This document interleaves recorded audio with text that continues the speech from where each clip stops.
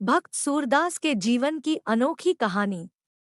सूरदास मध्यकालीन भारत के सबसे प्रसिद्ध कवियों में से एक हैं। वे जन्म से अंधे थे, फिर भी भगवान कृष्ण के बहुत बड़े प्रशंसक थे। प्रसिद्ध ब्रजभाषा में भगवान कृष्ण के जीवन का सुंदर वर्णन आज भी उनके भजनों के रूप में जीवित है। आज हम इस कहानी के माध्यम से जानेंगे कि सूरदास कैसे लोकप्रिय हुए। महान कवि संत सूरदास का जन्म मुगल काल में हुआ था। यह वर्ष 1478 था जब उनका जन्म हुआ था और जन्म स्थान सीही था जो इंद्रप्रस्थ के पास स्थित है। सूरदास का जन्म अत्यंत गरीब ब्राह्मण परिवार में हुआ था। सूरदास के 3 बड़े भाई थे और उनके परिवार की स्थितियों के चलते अक्सर उन्हें नजरअंदाज किया जाता था। जब वे 3 वर्ष के हुए तब उन्हें सूर नाम मिला, जिसका अर्थ अंधा होता है। सूरदास ज्यादातर भूखे पेट घूमते रहते थे क्योंकि उनका परिवार उन्हें खाना खिलाना जरूरी नहीं समझता था। इतना ही नहीं, उत्सव के मौके पर भी उनके माता पिता उन पर ध्यान नहीं देते हैं और अपने अन्य पुत्रों के लिए नए कपड़े लाते हैं।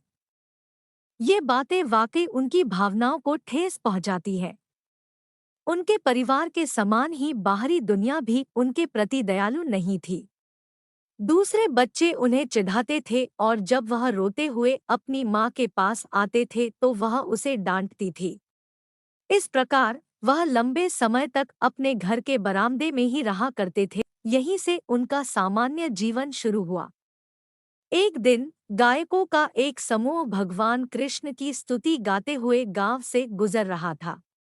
संगीत सुनकर सूरदास को आनंद की अनुभूति हुई जैसा उन्होंने पहले कभी यह महसूस नहीं किया था। भगवान कृष्ण के भजनों की खुशी में वह अपना अंधापन भूल गए और खुद से वादा किया कि एक दिन मैं गाना सीखूंगा। हालांकि जब सूरदास ने अपने पिता से अपने भाई के साथ ही उन्हें भी पढ़ना और लिखना सिखाने के लिए कहा तो उनके पिता ने कहा, चले जाओ, तुम अंधे हो, पढ़ नहीं सकते। ऐसे ही कुछ दिन बीत गए और गायकों का एक और समूह भजन गाते हुए और भिक्षा मांगने के लिए गांव से गुजरा रहा था। जब वे सूरदास के घर से गुजर रहे थे तो वह उनके साथ हो गया। जब रात हुई तो वे सभी विश्राम करने के लिए रुके और झील के नजदीक ही ठहरने की व्यवस्था की। उनमें से एक गायक सूरदास के पास आया और उससे पूछा कि वह उनका पीछा क्यों कर रहा है। उत्साहित होकर सूरदास ने उत्तर दिया, मैं गाना सीखना चाहता हूँ। गायकों के समूह ने उन्हें खाना खिलाया और सो गए। वे उसे बताए बिना ही सुबह सुबह निकल गए क्योंकि वे अपने साथ अंधे व्यक्ति का बोझ नहीं चाहते थे। अपने घर से बहुत दूर होने के कारण सूरदास को नहीं पता था कि कहाँ जाना है, इसलिए वह पास के एक पेड़ के नीचे बैठ गए और भगवान का भजन गाने लगे। सूर की आवाज बहुत अच्छी थी और उसके पास जो कुछ भी होता वे उसी के साथ गाना शुरू कर देता। मार्ग से गुजरने वाले लोगों ने उसे कुछ खाने को दिया, जिस पर वह जिंदा रहा। मथुरा और वृंदावन के बीच में एक मार्ग पड़ता थे और वह वहीं बैठकर गीत गाता था। साथ ही यह यात्रा के दौरान शिविर लगाने के लिए भी एक प्रसिद्ध स्थान था।